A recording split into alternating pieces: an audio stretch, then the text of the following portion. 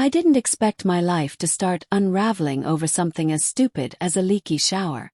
At 67, you don't think about new beginnings. You think about maintenance, blood pressure, property taxes, whether your knees will cooperate when you go downstairs. But water has a way of forcing attention. I noticed the stain first. A pale brown bloom spreading across the ceiling in the hallway bathroom. I stood there staring at it longer than necessary, like maybe if I didn't acknowledge it, it would stay small. "Richard," I called. From the living room came the familiar answer. "What now?" "The upstairs shower's leaking." Silence. Then, "So call someone." That was it. No getting up. No asking how bad it was. No coming to look. Just delegation. After 42 years of marriage, that's what we'd become. Two people sharing square footage. Nothing more. If you'd asked me 5 years ago whether I was lonely, I would have said no. Because loneliness in a marriage doesn't feel dramatic. Subtle. It's eating dinner across from someone who scrolls through his phone. It's sleeping beside a man who hasn't reached for you in years. It's talking and realizing you're the only one in the room who cares about what you're saying. That was my life. Quiet. Predictable. Emotionally dry. The plumbing company said they'd send someone Thursday morning. Between 9 and 11, the girl on the phone chirped. I almost cancelled. Not because of the money. Because I was tired of managing everything. But I didn't. He knocked at 9:07. 2 firm raps. Confident. When I opened the door I blinked.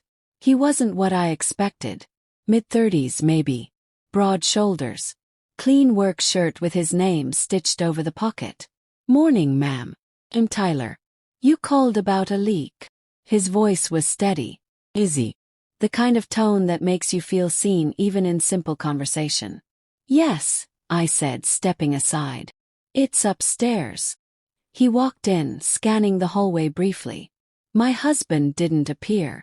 Didn't introduce himself. Didn't even mute the television. Tyler noticed. He didn't comment. That silence said enough. Upstairs, he turned the shower on and listened carefully. Not casually. Intentionally. He crouched, adjusted something, tapped lightly behind the wall. "How long's it been leaking?" he asked. "A couple weeks." He nodded slowly. "Yeah. Sounds like the mixing valve gave out." "It's old." "It's original to the house," I replied. He let out a low whistle. "Dang. That thing's been hanging in there." Something about the way he said that made my chest tighten. Hanging in there. I've been doing that for years. He asked if he could open the access panel. I told him to go ahead. While he worked, I stayed in the doorway longer than necessary. I told myself I was supervising. Truth was, I didn't want to go back downstairs. Didn't want to sit near a man who barely noticed when I left the room. "You've lived here long?" Tyler asked casually. 42 years. For real?" He looked over his shoulder at me. "That's commitment." I almost laughed. Something like that. He didn't push. Didn't pry. Just nodded and went back to work.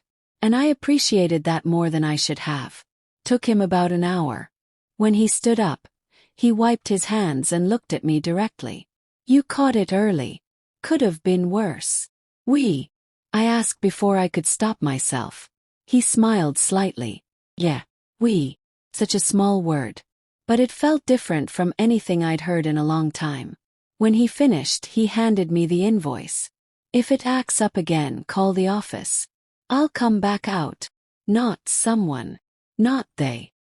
He nodded. "Thank you." He hesitated for half a second like he might say something else, then didn't.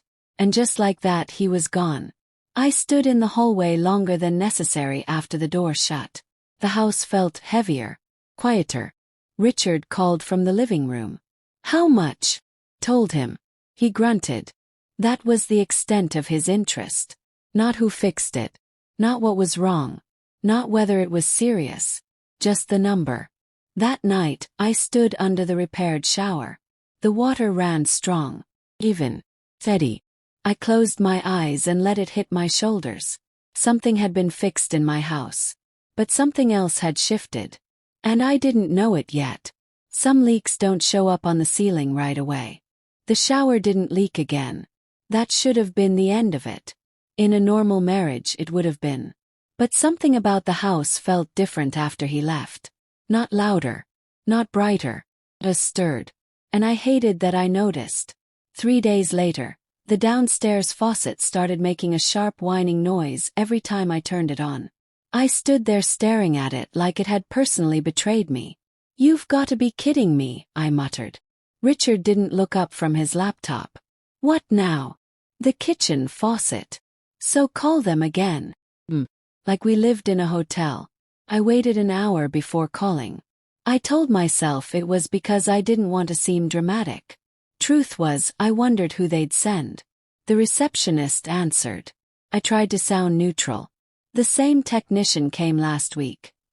"Is he available?" There was a pause. "You mean Tyler?" "Yes. He can swing by tomorrow afternoon." I swallowed. "That's fine." It wasn't excitement. It wasn't even attraction. It was anticipation. And that scared me more. He showed up at 1:18 p.m. I noticed that. He smiled when I opened the door. "Well, hey. Round 2. I exhaled a quiet laugh before I could stop myself. Apparently my house is falling apart. He stepped inside, glancing around. Or maybe it just wants attention. The comment lingered longer than it should have. In the kitchen, he crouched under the sink, tools clanking lightly. "You've got hard water," he said.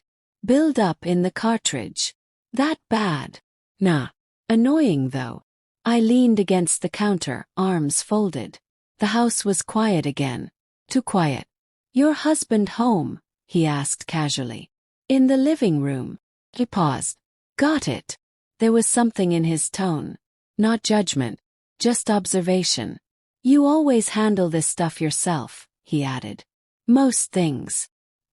He slid out from under the sink and looked up at me. "That's gotta get old." I didn't answer right away. 'Cause it had. Years ago. He fixed the faucet in less than 40 minutes. When he stood, there was barely space between us in the kitchen. Not intentional. Just proximity. But I felt it.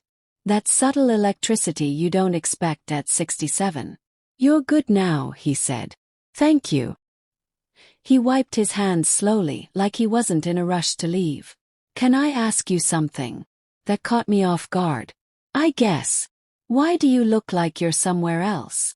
The question hit harder than it should have. I let out a quiet breath. "Excuse me.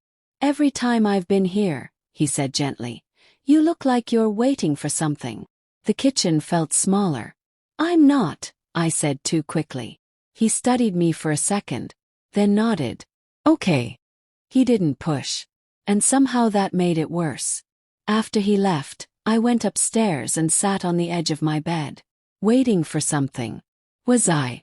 Or had I just gotten used to surviving? Richard came upstairs later that evening.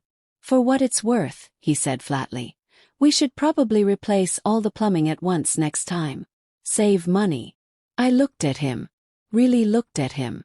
42 years. And the only time he spoke about the house was when something broke. "Do you ever notice anything else?" I asked quietly. He frowned. "Like what?" "Like me." He blinked like I'd asked him something in a foreign language. "What's that supposed to mean?" "Nothing." Because explaining it felt exhausting. The next week passed without incident. But I caught myself doing something I hadn't done in years. I put on lipstick before going to the grocery store. I changed my sweater twice before meeting a friend for coffee. I started noticing my reflection again. It wasn't about him. That's what I told myself. It was about feeling visible. Then on Friday afternoon my phone rang.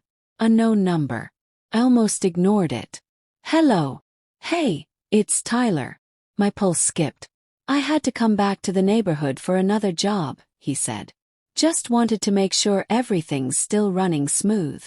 I leaned against the counter. "Yes, it is." "Good." Silence. Listen. I don't usually do this. But if you ever need anything, plumbing or otherwise, you can call me direct. Otherwise, the word hung in the air. That's probably not appropriate, I said softly. Probably not, he admitted. Neither of us hung up. The line stayed open for 3 full seconds longer than it should have. Then he cleared his throat. Take care. You too. When the call ended, I stared at my reflection in the microwave door. I wasn't naive. I wasn't confused. I knew what that was. And I also knew something else. For the first time in years, someone had noticed me. Not as a wife. Not as a homeowner. Not as an obligation. Me. That night, Richard fell asleep in his recliner again. I turned off the television and covered him with a blanket out of habit. But as I walked back upstairs, something inside me shifted. Not recklessness. Not yet. Just awareness. And awareness is dangerous. Because once you realize what you've been missing, you can't unknow it. The following Tuesday, the upstairs shower handle came loose in my hand. I stared at it. And this time, I didn't call the office. I stared at the loose shower handle for a full minute before I did anything. It wasn't broken beyond repair. Just worn. It would have taken Richard 5 seconds to tighten it. If he cared enough to come upstairs. I turned it in my hand slowly. Then I reached for my phone. Not the plumbing company. My thumb hovered over his number longer than I'd like to admit. This is stupid, I told myself. But I dialed anyway. He answered on the 3rd ring. Hey! No confusion. No formality. Just that same steady tone. Hi, I said, trying to keep my voice neutral. The shower handle came loose. Beat of silence. That's so. Yes. You call the office. No. Another pause. This one heavier. You want me to swing by. I swallowed. If you're nearby. I can be. He showed up an hour later. No company truck this time. Just a dark pickup. That should have been my first warning. When I opened the door, he didn't step in immediately. You sure about this? He asked quietly. It wasn't about the shower. We both knew that. It's just a handle, I said. He studied me for a second, then walked inside. Richard was out. Golf with the same 3 men he'd been playing with for 20 years. Predictable. Reliable. Absent. Upstairs, Tyler examined the handle like it was the most important job he'd ever done. It's stripped, he muttered. Cheap metal. I've noticed, I said softly. He glanced at me. You talking about the handle? I held his gaze. Maybe. The air shifted. Not dramatically. Not suddenly. Just enough. He tightened it slowly, his hands steady. I stood closer than necessary. Close enough to smell the faint scent of soap and something warm. Close enough to feel heat. You know, he said without looking at me. I don't usually cross lines. My heart thudded. No. No. Then don't. The words came out softer than I meant them to. He stood upright. Now we were inches apart. You want me to leave? He asked. That was the moment. The exact moment. The fork in the road. Should have said yes. I didn't. I don't know what I want, I admitted. Honesty is dangerous. He didn't touch me. Not yet. But his hand came up slowly, hesitating near my arm. If this is about feeling invisible, he said quietly. You're not. That did it. 42 years of restraint. Of silence. Of sleeping beside a man who no longer saw me. And this stranger. This younger man. Looked at me like I mattered. Closed the distance. Just slightly. That's all it took. The first touch wasn't wild. It wasn't reckless. It was gentle. Careful. Like we both understood the weight of it. His hand brushed my waist. I felt it everywhere. Not because it was physical. But because it was intentional. You sure? He whispered. No one had asked me that in decades. Yes. The word barely left my lips before his mouth found mine. It wasn't aggressive. It wasn't desperate. It was slow. Testing. And when I responded, really responded, something inside me cracked open. Not guilt. Not yet. Just heat. Awareness. Life. It didn't go further than that. That first day. Kiss. His hand at my waist. Mine gripping his shirt tighter than I meant to. Then he pulled back, breathing heavier. We shouldn't, he said, even though neither of us moved. Probably not. Silence. The kind that hums. He stepped away first. That's what surprised me. He didn't push. Didn't rush. Didn't claim. He just looked at me. Call me if you want this, he said. Not need. Not when your husband's gone. Then he walked out. And I stood there shaking. That night, I lay in bed next to Richard. He snored softly. Turned away from me. Like always. I stared at the ceiling. My lips still tingled. My body felt awake in a way it hadn't in years. And for the first time, guilt crept in. Not because of what I'd done, but because I didn't regret it. The next morning, Richard mentioned nothing unusual. He kissed the air near my cheek before leaving for breakfast with his friends. Missed me entirely.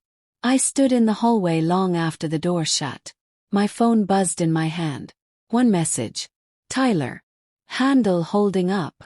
I stared at the screen, then typed back. Yeah. 3 dots appeared. So are you. I exhaled slowly. And in that moment, I knew this wasn't about plumbing anymore. 2 days passed. Then 3. We texted. Nothing explicit. Nothing reckless. Just conversations. About music. About places we'd been. About the feeling of starting over when you're not supposed to. He asked me what I used to want before life got practical. No one had asked me that since I was 30. Friday afternoon, Richard told me he'd be out late. Dinner with the guys. Course. Predictable. I stared at my phone for a long time. Then I typed, "Are you busy tonight?" The reply came almost instantly. Not anymore. And that's when the line didn't just blur. Disappeared. I hadn't felt nervous like that in decades. Not first date nervous. Not public speaking nervous. This was different. This was the kind of nervous that makes your hands cold and your pulse loud in your ears. I stood in front of my closet longer than necessary. At 67, you don't dress to impress. You dress for comfort. Tonight I chose neither. Changed twice. Then 3 times. Finally settled on a soft navy blouse and dark jeans I hadn't worn in years. When I looked in the mirror, I didn't see a reckless woman. I saw someone who was tired of being background noise. He didn't come to the house. That had been his condition. Not there, he'd said over the phone. Not like that. We met at a small bar 20 minutes away. Dim lighting. Quiet crowd. The kind of place where nobody asks questions. He stood when I walked in. That caught me off guard. Most men his age don't do that anymore. You look, he started, then stopped himself. Yeah. Like you're not invisible. I felt that one in my chest. We ordered drinks. Talk. First it was normal conversation. But the longer we sat there, the more the air shifted. Does he know? Tyler asked carefully. No. Would he care? That one lingered. I don't know, I answered honestly.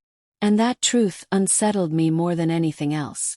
There's something surreal about sitting across from someone 30+ years younger and feeling understood. Not judged. Not pitted. Understood. He didn't treat me like a fantasy. He treated me like a person. That's what made it dangerous. When his hand brushed mine on the table, neither of us pulled away. You can still walk out, he said quietly. So can you. He shook his head slightly. I don't want to. Neither did I. We didn't rush. That surprised me. There was no frantic energy. No desperate grabbing. When we left the bar, it was slow. Intentional. His apartment was modest. Clean. Minimal. Felt younger than me. But not immature.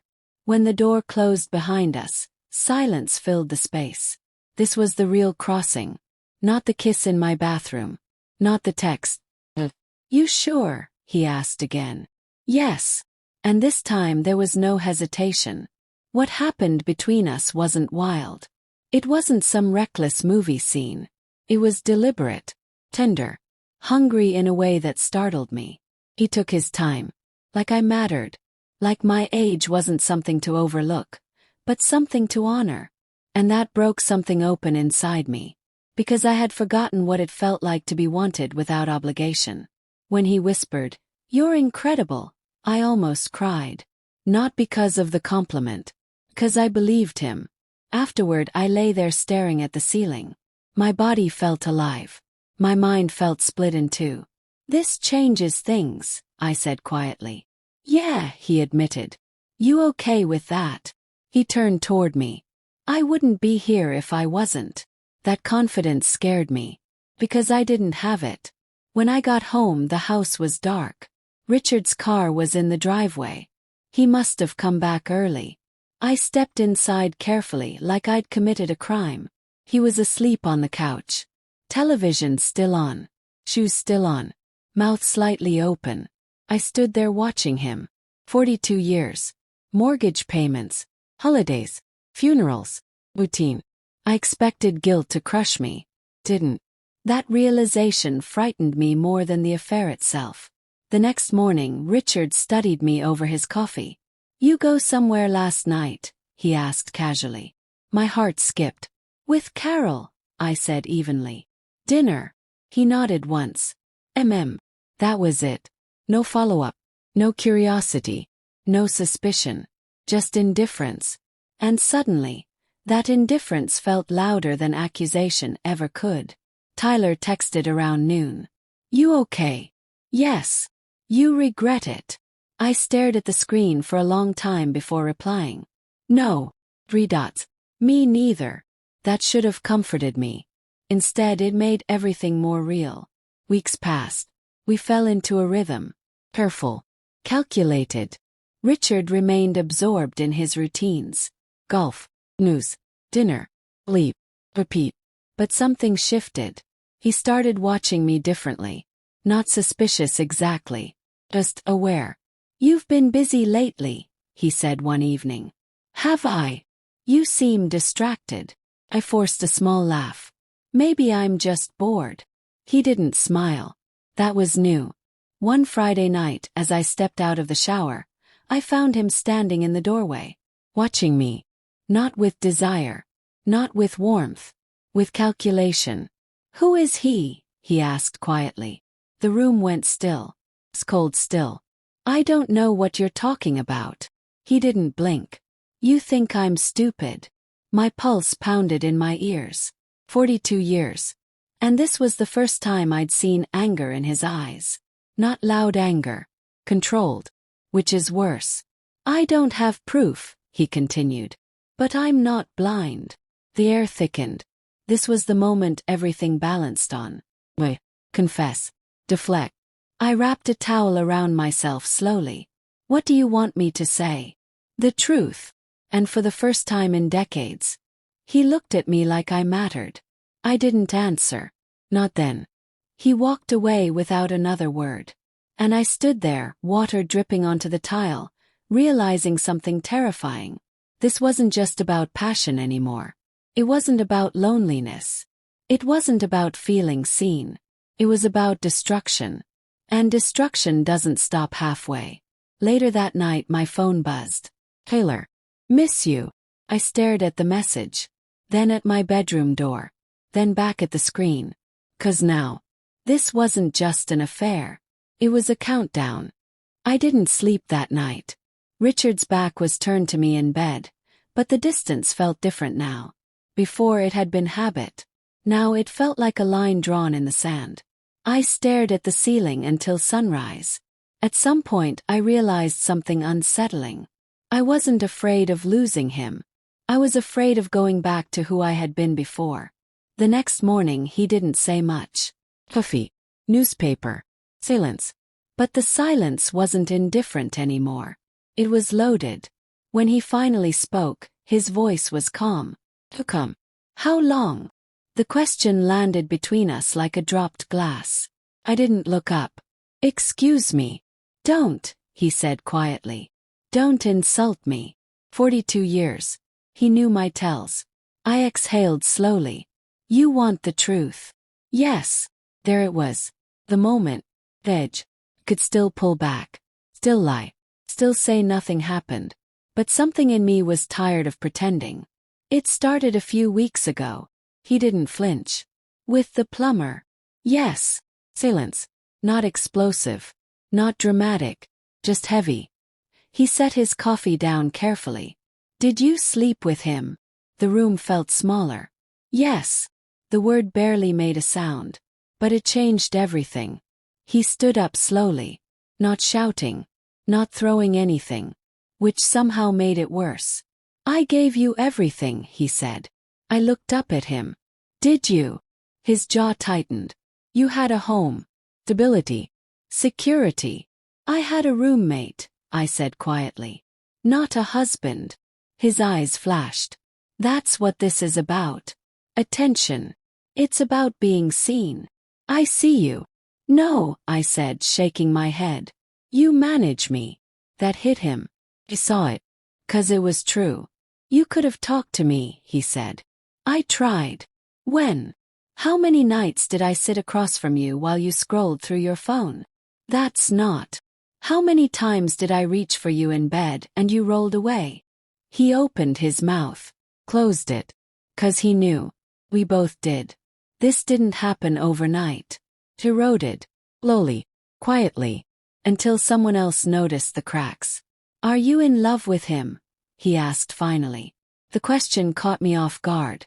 I hadn't asked myself that. I don't know. Do you want to leave? That one felt heavier. Did I? Or did I just want to feel alive? I don't know, I repeated. And that answer hurt him more than anything else. Because uncertainty means possibility. He laughed once. Short. Unbelievable. I didn't plan this. You called him. I had. And that truth hung between us. He walked toward the window, staring out like he was trying to calculate damage. What does he give you? He asked quietly. I swallowed. He looks at me. Richard closed his eyes. Like that was the final blow. We didn't scream. We didn't cry. That's what made it worse. Felt clinical. Like signing papers. Is it still going on? He asked. Yes. Another crack. Does he know you told me? No. Does he want you to leave me? I hesitated. He hasn't asked. That part was true. Tyler had never pushed. Which somehow made it more powerful. Richard turned back toward me. I don't recognize you. I almost said. You stopped looking a long time ago. But I didn't. Instead, I asked something I hadn't expected to say. Do you even want to fix this? The question surprised both of us. He blinked. Of course I do. Because you love me. He didn't answer immediately. And in that pause, I felt something collapse. That afternoon, he left the house without telling me where he was going. I sat in the kitchen for an hour, unmoving. Then I picked up my phone. I shouldn't have. But I did. He knows, I texted Tyler. The reply came fast. You okay? He asked how long. And I told him. A longer pause this time. Do you regret it? That question again. I stared at the screen. Regret, guilt, fear, desire, freedom. They were all tangled together. No, I typed. 3 dots appeared. Then don't apologize for it. My heart pounded. Because that kind of confidence feels intoxicating when you've been doubted for years. Richard came home after dark. He looked older. Not physically, but heavier. We need to talk about what happens next, he said. There it was. Consequences. Not emotion. Logistics. We can try counseling, he continued. The word hung in the air. Counseling. 42 years in. After silence had already done its damage. Do you want that? Yes. He hesitated. Yes. I studied him.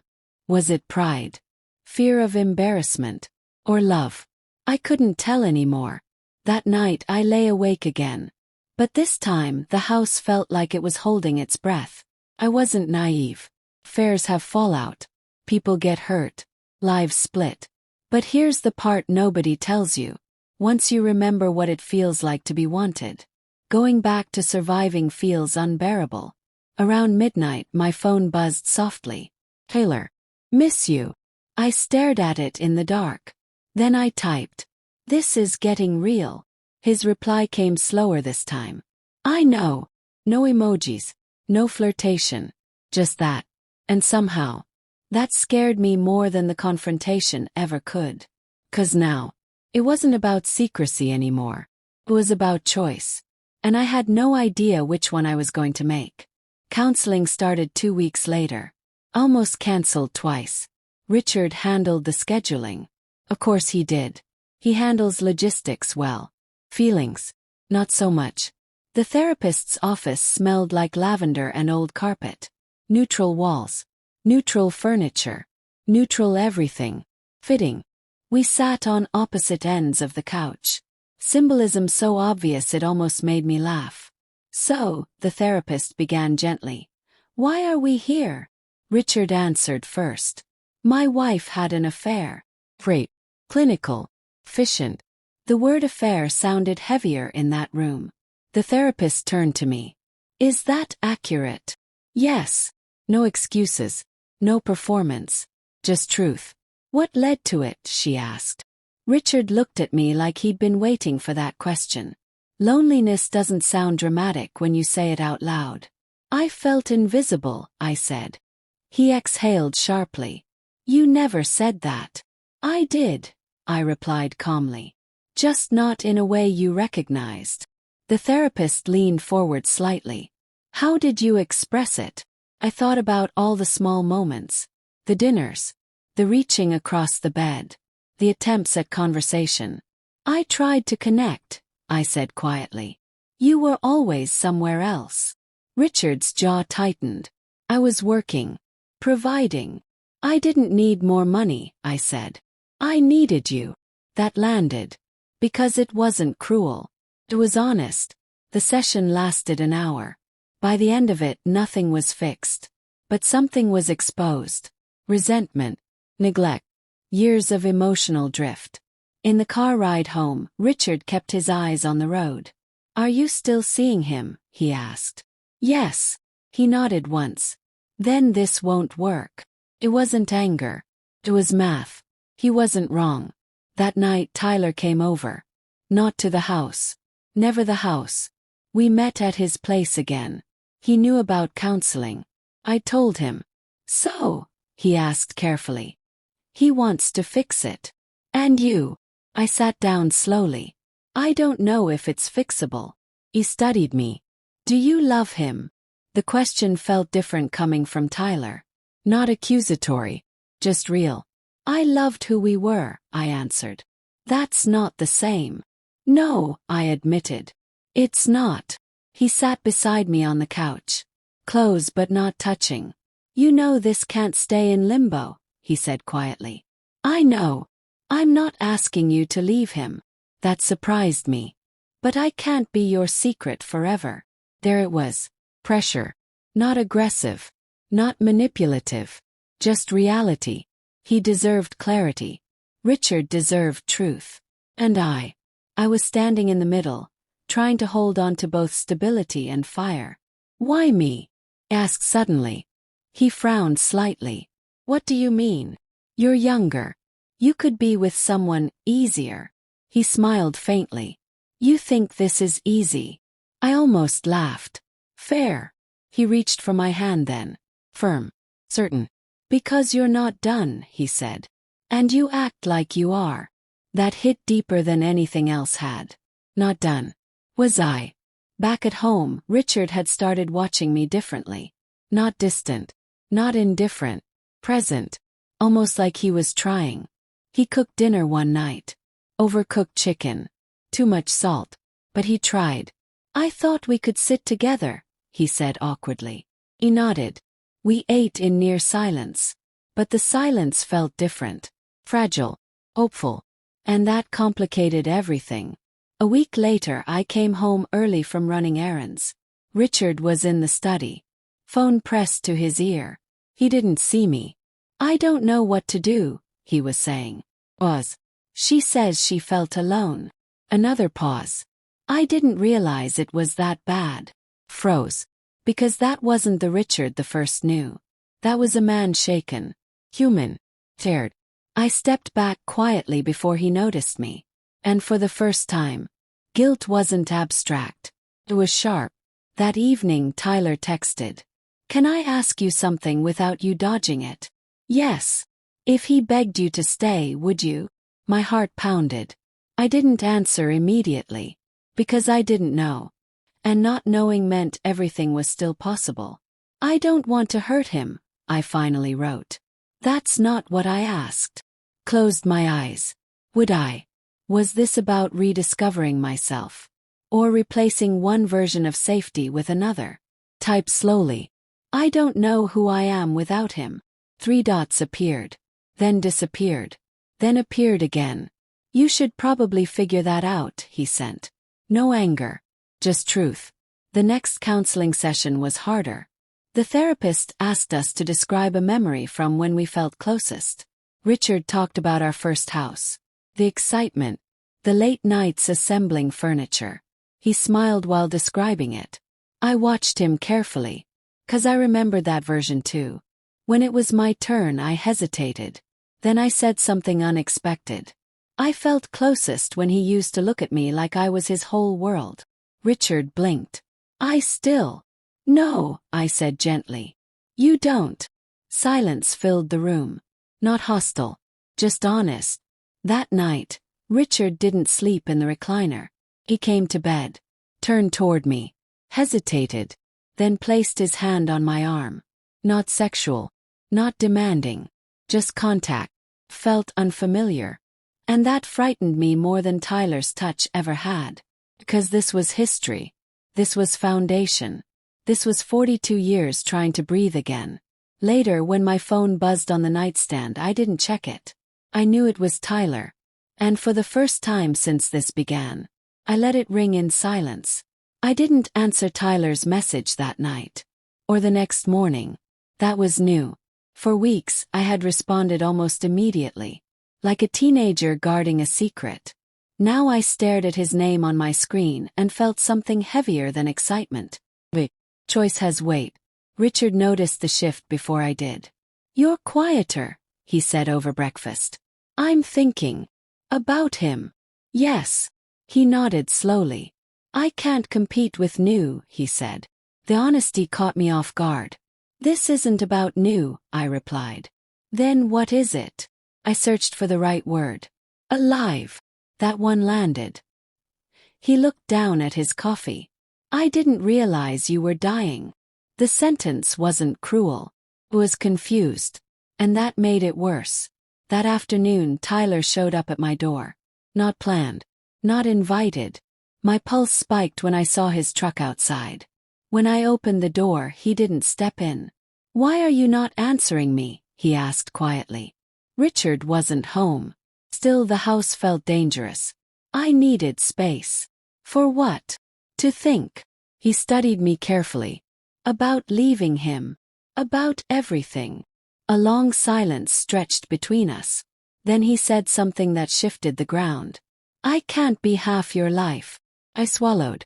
I'm not asking you to be. You kind of are. There was no anger in his voice. Just clarity. Do you love him? He asked again. The question had started to feel like a knife. I built a life with him. That's not what I asked. No, I admitted. Do you love me? That one stunned me. Because I hadn't let myself name it. I felt something for him. Strong. Real. But love. I don't know, I said honestly. He exhaled slowly. I need more than I don't know. There it was. Line. You're asking me to blow up 42 years, I whispered. I'm asking you to choose. The word echoed in my chest. Choose. At 67, I thought my choosing years were over. Apparently not. He stepped closer but didn't touch me. I care about you, he said. But I won't be the reason you stay confused. That's not fair. Neither is this. Silence again. This time sharper. If you stay with him, he continued, I walk away. My breath caught. If you leave him, he added, I'm not promising anything easy, but I'm here. No manipulation. No dramatic plea. Just terms. And somehow that made it real. After he left, I sat on the stairs for nearly an hour. 42 years of marriage on one side. A late-in-life awakening on the other. Security versus uncertainty. History versus possibility. That night, Richard came home with something in his hands. Small box. I booked a trip, he said quietly. What? For us. 2 weeks. Somewhere warm. I stared at him. Why? Because I don't want to lose you. Simple. Direct. For the first time in decades. He sat across from me. I know I haven't been present, he admitted. I thought providing was enough. I didn't interrupt. I don't know how to fix this, he continued. But I'm willing to try. There it was again. Effort. Real effort. Too late. Or just finally on time. That night in bed, he reached for my hand again. This time I didn't freeze. But I didn't lean in either. Somewhere between us was grief. Grief for what we had been. Grief for what we hadn't protected. My phone buzzed around midnight. Taylor. I meant what I said. I stared at the message. Then at Richard sleeping beside me.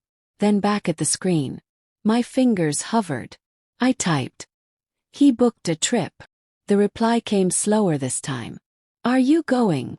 I don't know. If you go, that's your answer.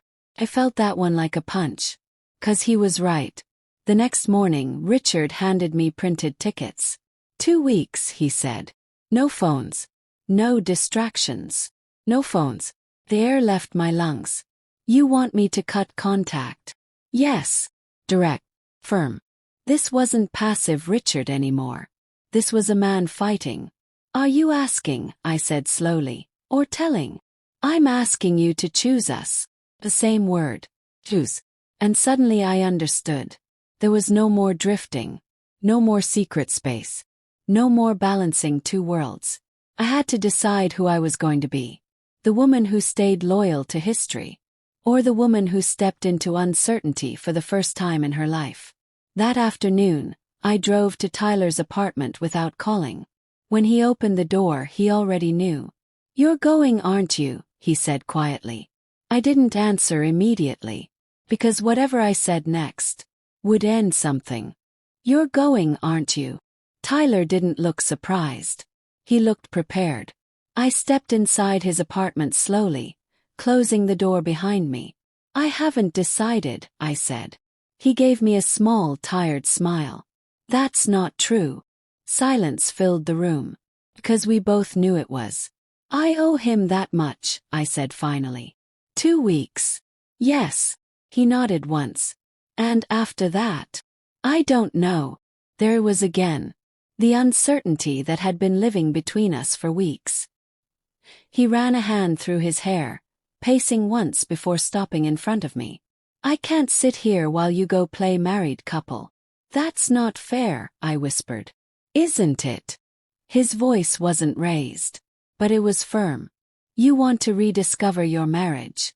Fine. Do it. But don't expect me to wait in the background. I swallowed. I'm not asking you to wait. You kind of are. The same sentence. Different day. He wasn't wrong. I care about you, he continued softer now. But I won't compete with history. That word hit differently. History.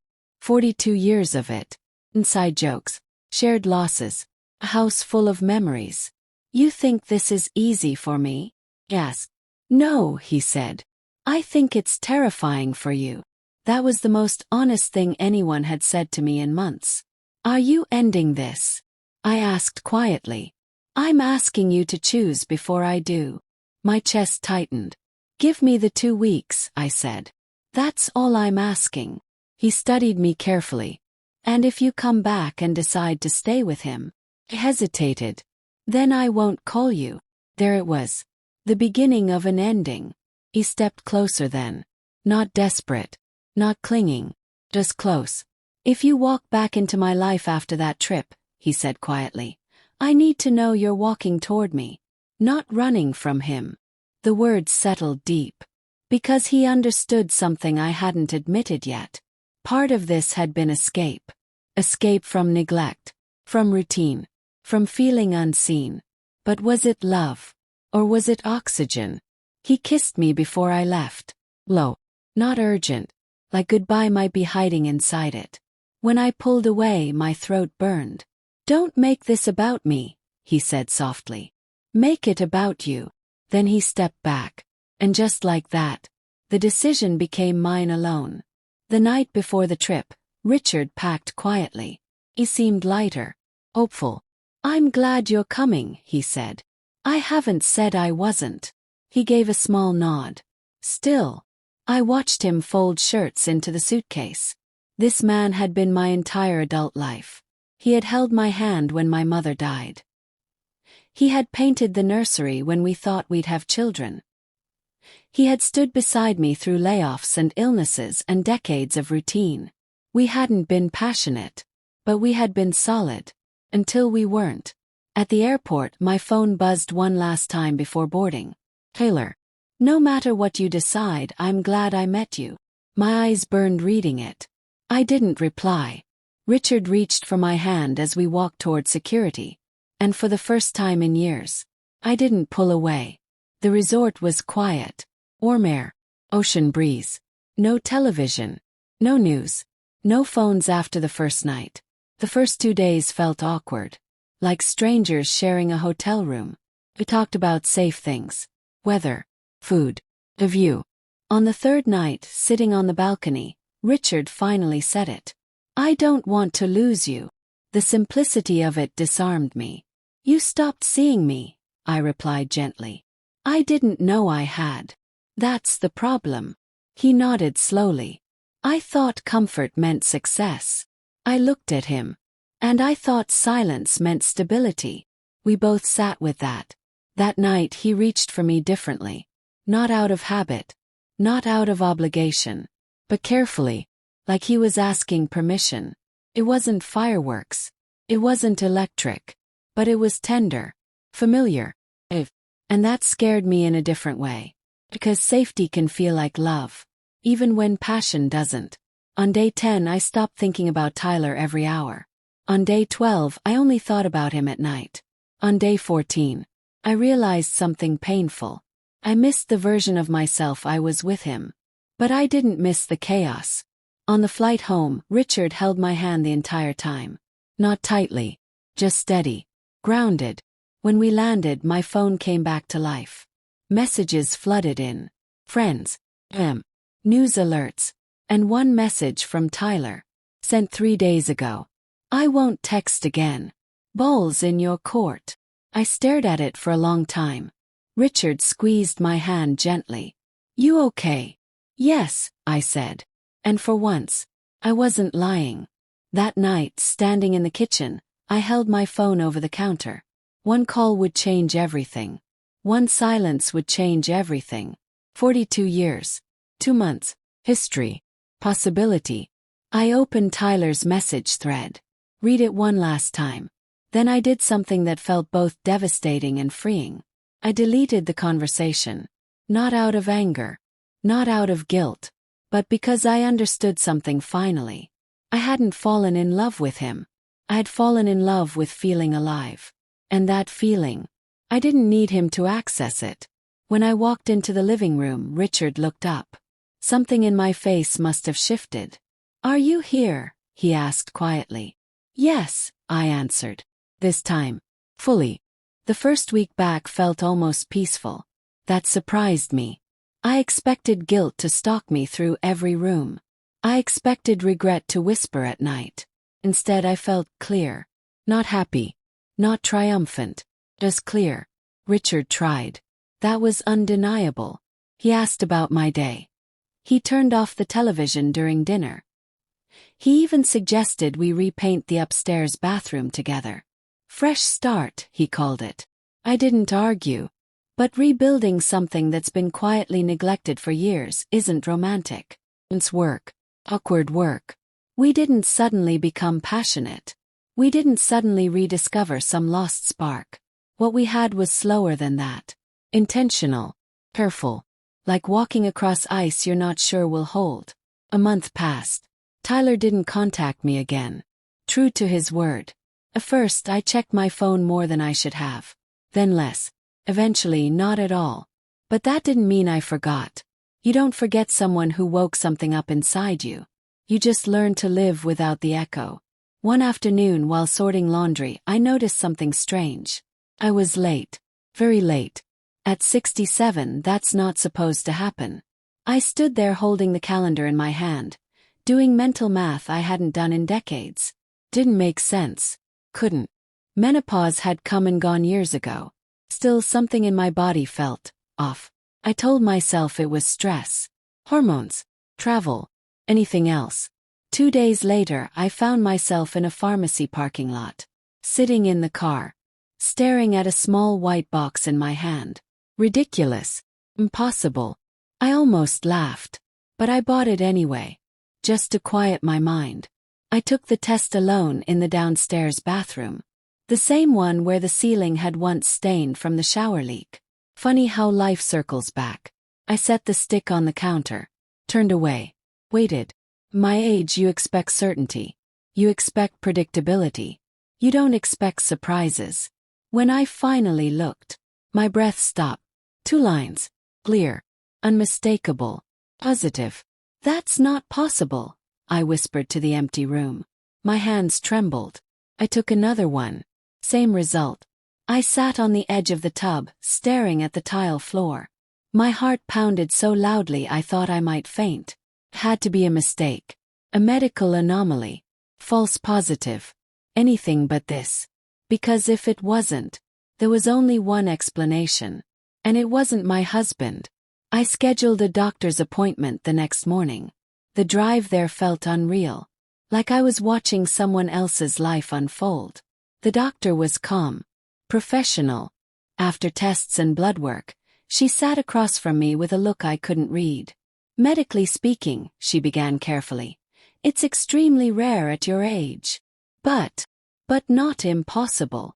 The room tilted slightly. Are you saying you're pregnant? The word landed like thunder. Pregnant. At 67. From a man 35 years younger. My throat went dry. How far along? 6 weeks. Approximately. 6 weeks. I did the math. The timing was clear. Unavoidable. Irrefutable. I drove home in silence. Richard's car was in the driveway. Course it was. Routine. Predictable. Stable. I sat in the car for 10 full minutes before going inside.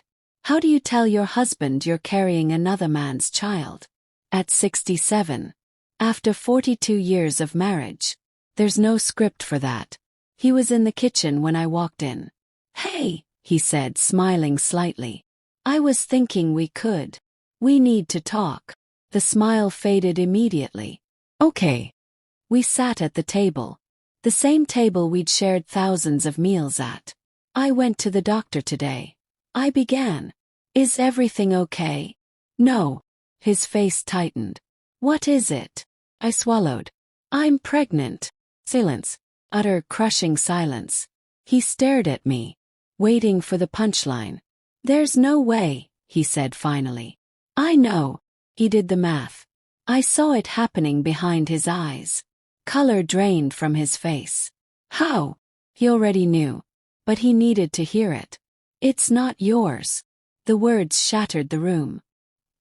He stood up so fast his chair scraped across the floor. No, he said sharply. No, that's not possible. It is. You said it was over. It is. You deleted him. I did. Then how? Because consequences don't disappear just because we choose differently. His breathing grew uneven. 42 years. And this was the moment that broke it. Not the affair. Not the confession. What are you going to do? He asked finally. The question hung in the air. I hadn't let myself think that far yet. At 67, pregnancy isn't just scandalous. Dangerous. Medically. Emotionally. Socially. I don't know, I whispered. He looked at me like he was seeing a stranger. You brought this into our house, he said quietly. Tears finally burned behind my eyes. I didn't mean to. But you did.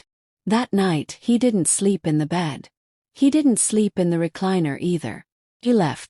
No note. No explanation. Just gone. And for the first time since this started, I felt truly alone. Not lonely. Alone. Around midnight I picked up my phone. I hadn't opened that thread since deleting it. But his number was still in my contacts. My thumb hovered. One call would reopen everything. One silence would bury it. I stared at the screen for a long time. Pressed his name. The phone rang once. 3 times. Hello. His voice. Familiar. Steady. Alive. Closed my eyes. Tyler, I whispered. There was a pause. What happened? My voice broke for the first time since the test. I'm pregnant. Silence on the other end. Heavy. Real. And everything changed. I'm pregnant. The words stayed in the air between us. Tyler didn't respond right away. For a moment I thought the call had dropped. Then I heard him inhale slowly. How? It wasn't denial. It was shock. You know how, I said quietly. Another long silence. How sure are you? Doctor confirmed. I sank down onto the kitchen floor, back against the cabinet. I'm 6 weeks. He did the math. We both did. Jesus, he whispered. Not angry. Not panic. Just stunned. Are you okay? He asked. Question felt strange. Physically. Well, emotionally. Absolutely not. I don't know what I am, I admitted. Where's Richard? He left. That hit him. He knows. Yes. And he knows it's not his. Silence again. But this one felt heavier. More permanent. I'll come over, Tyler said suddenly. No. Why not? Because this isn't something you fix by standing in my kitchen. You shouldn't be alone. I am alone. The honesty of that statement cracked something in my chest. What are you thinking? He asked. Closed my eyes. I hadn't let myself think. Not fully. At 67, pregnancy isn't hopeful.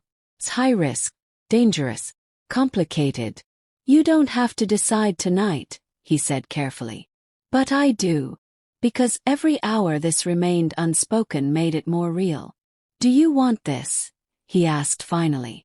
The question stunned me. At my age, pregnancy isn't about want. It's about survival. Handle. Medical charts. What about you? I asked instead. He didn't hesitate. If it's mine, I don't walk away. That surprised me.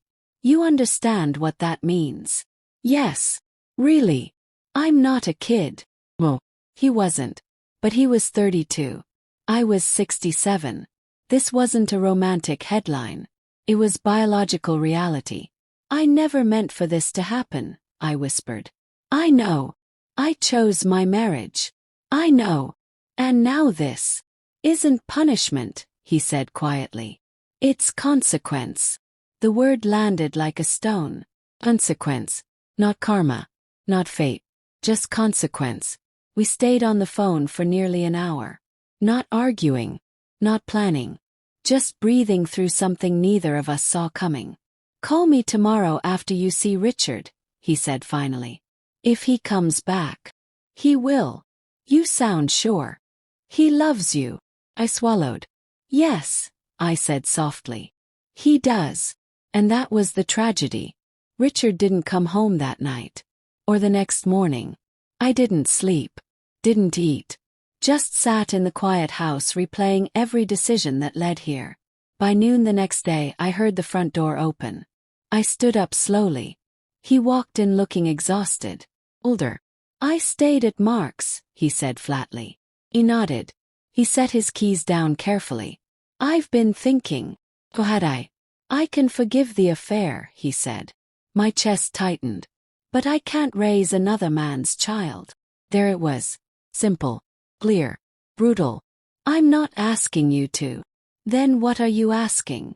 I didn't have a clean answer. Because every option felt catastrophic. If you keep it, he continued, I leave. The words were steady, measured, not cruel, just boundary. And if I don't? I asked quietly. His jaw tightened. Then we try to repair what's left. Repair. Such a fragile word. He sat down across from me. I need to know, he said, whether I still have a wife. Tears burned my eyes. You do. Then choose us. That word again. Choose. I was so tired of choosing. Later that afternoon, I drove to Tyler's apartment. He opened the door before I knocked. One look at my face told him everything. Richard gave you an ultimatum, he said. Yes. And if I keep it, he leaves. Tyler nodded slowly. And what do you want? The question echoed through me. What did I want? Not 10 years ago. Not during the affair. Standing at 67 with a positive test and 2 men waiting. I want peace, I said finally. He looked at me for a long time. That might not exist anymore. He wasn't wrong. Do you want this baby? Asked him. His answer came slower this time. I didn't plan for it. Neither did I. But if it exists, he continued carefully, it's mine too. Mine too. That simple claim shifted something. Because suddenly this wasn't abstract. It was shared. I can't pretend this wouldn't change everything, he added. It already has. He nodded. Are you afraid? Yes. Of what? Of losing everything. He stepped closer. You already did. The second that test turned positive. And the brutal truth of that settled deep. There was no going back. No clean reset. No pretending this chapter didn't happen. That night I lay in bed alone. Richard had moved into the guest room. The house felt divided. Like a line had been drawn down the center. I placed a hand over my stomach. 6 weeks. Barely anything. And yet powerful enough to dismantle 42 years. I didn't feel maternal. I didn't feel joyful. Felt aware. Of age. Of risk. Of consequences. My phone buzzed once before midnight. Taylor. I'm here. Whatever you decide. Richard knocked softly on the bedroom door minutes later. We can't live like this, he said from the other side. 2 men. 2 futures. 1 impossible choice. I stared at the ceiling. And for the first time since this began, I realized this story was never about a plumber. Or a marriage. Or even desire. It was about identity. Who I was. And who I was willing to become. The house had never felt this quiet. Not even during the years when Richard and I barely spoke. This was different. This was silence filled with countdown. 3 days. That's how long I gave myself. 3 days before I had to decide. On the first morning I woke before sunrise. I sat at the kitchen table with a cup of coffee I didn't drink. At 67, pregnancy isn't romantic. It's charts and risk factors. It's doctors using phrases like advanced maternal age with careful eyes. Statistics. And I had never been a gambler. Richard came into the kitchen dressed for work. He hadn't done that in years. He'd been semi-retired. But suddenly he had somewhere to be. Have you decided? He asked. Not yet. He nodded. I can't do this, he said quietly. I can't raise his child. I know. If you choose to keep it, I won't fight you. But I won't stay. The words were steady. Final. He wasn't threatening anymore. He was preparing. Later that afternoon I met with my doctor again. She didn't sugarcoat anything. At your age, this pregnancy carries significant risks, she said gently. For both you and the baby. How significant? Hi. That single word echoed. I had lived carefully my entire life. Carefully chosen. Carefully behaved. Carefully endured.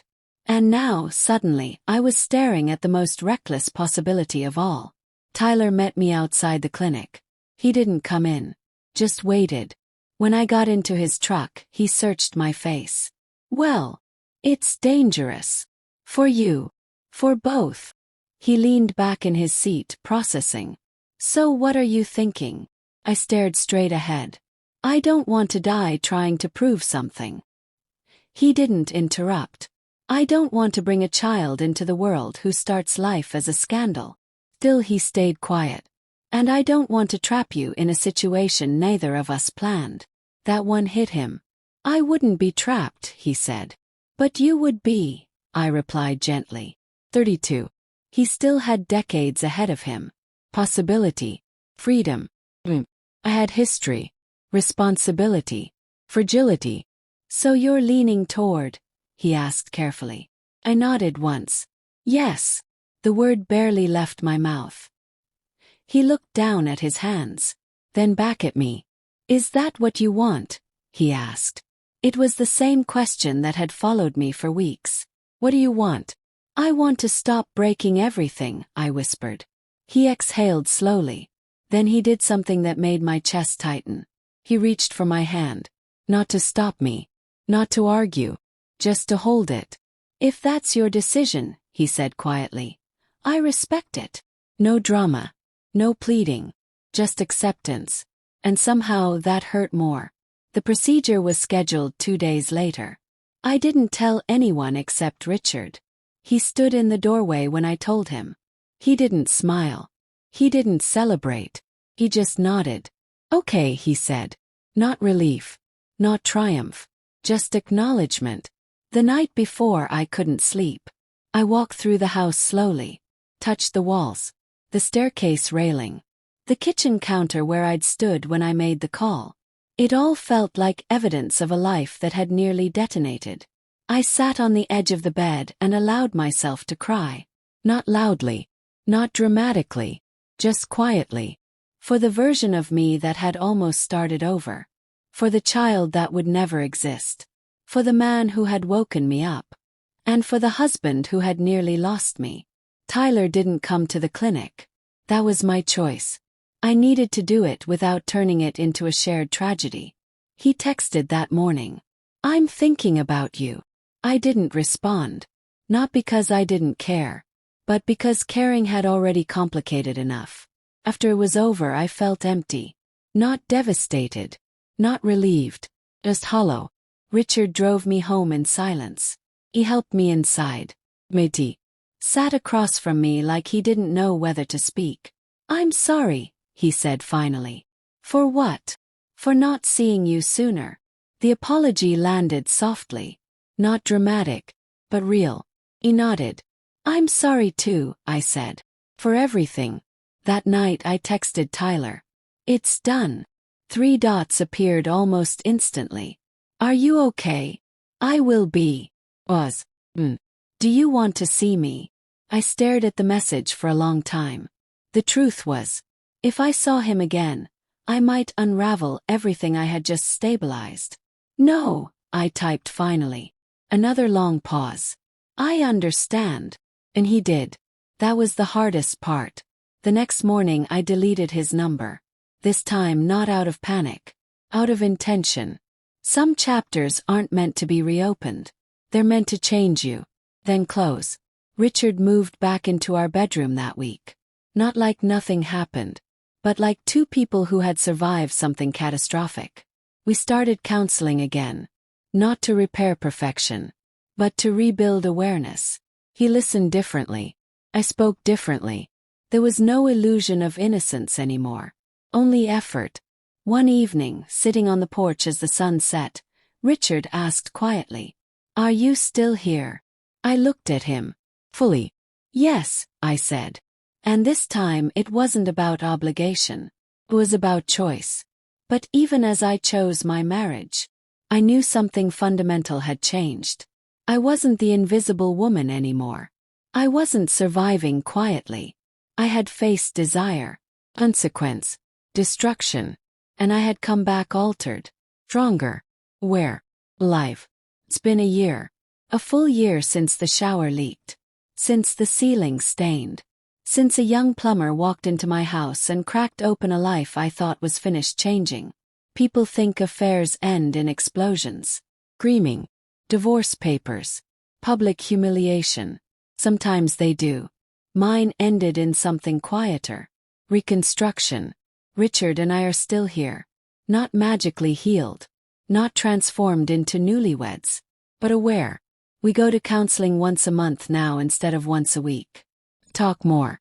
We sit at the same end of the couch sometimes. He reaches for my hand without hesitation, and I let him. But the biggest difference, he looks at me, really looks, like he understands I can leave, that I chose not to. Choice changes the temperature of a marriage. The house feels different too. Not haunted, just honest. We repainted the upstairs bathroom together, pulled out the old mixing valve, replaced it with something modern, reliable. When we finished, Richard stepped back and said, "Feels new." He nodded. "It is. But not in the way he meant." Do I think about Tyler? Not every day. Not in longing. But in gratitude. He didn't steal me. He revealed me. There's a difference. He showed me that I wasn't done. That my pulse still worked. That desire doesn't expire just because society expects it to. He wasn't my future. He was my awakening. And sometimes that's enough. A few months ago, I saw his truck at a stoplight. He didn't see me. Or maybe he did and chose not to show it. He looked the same. Steady. Focused. Alive. The light turned green. He drove forward. So did I. No dramatic reunion. No lingering stare. Just two lives continuing in separate directions. And that felt right. Richard and I don't pretend the pregnancy didn't happen. We don't speak about it often. But we don't bury it either. One night, sitting at the kitchen table, he said quietly, "That was the closest I've ever come to losing you." I held his gaze. "You did lose me," I replied gently. "For a while." He nodded. "I won't again." And for once, I believed him. Not because he promised, but because he understood. Here's the truth nobody likes to admit. The affair wasn't the beginning of the damage. It was the symptom. Loneliness doesn't explode. It erodes, quietly, daily, until someone else notices the cracks. And when they do, feels like oxygen. I don't excuse what I did, but I understand it now. And understanding is different from denial. At 68 now, I don't feel reckless. I don't feel ashamed. Feel awake. I joined a painting class. Started walking every morning. Cut my hair shorter. Small changes, but intentional ones. Richard adjusted too. He retired fully. We cook together now. Burn things together. Laugh about it. There's still history between us. But now there's also effort. Sometimes late at night I think about the version of my life that could have unfolded differently. What if I had chosen Tyler? What if I had kept the baby? What if I had walked away from 42 years? Those thoughts don't haunt me. They remind me. Life isn't one straight line. It's choices layered over time. Some reckless, some careful, some necessary. If there's one thing I learned, it's this. Being seen matters. Being wanted matters. But being known, that's deeper. And after nearly losing everything, Richard and I are finally trying to know each other again. Not as the young couple who bought this house. Not as the tired pair who drifted apart. But as two flawed people who almost detonated their lives and chose to rebuild instead. Last week, while cleaning the guest bathroom, I looked up at the ceiling. No stain. No leak. Just smooth paint. Made me smile. Because sometimes the thing that breaks your life open is the thing that forces you to repair what you ignored. The shower still runs steady. The house still stands. And so do we. Not perfect. Not untouched. But standing. If you ask me now whether I regret it, I'll tell you the truth. I regret the pain. I regret the risk. I regret the almost destruction. But I don't regret waking up. Because sometimes you have to almost lose your life to realize you were barely living it. And that was the year everything changed. Not because I ran away. Not because I started over. But because I chose. Consciously.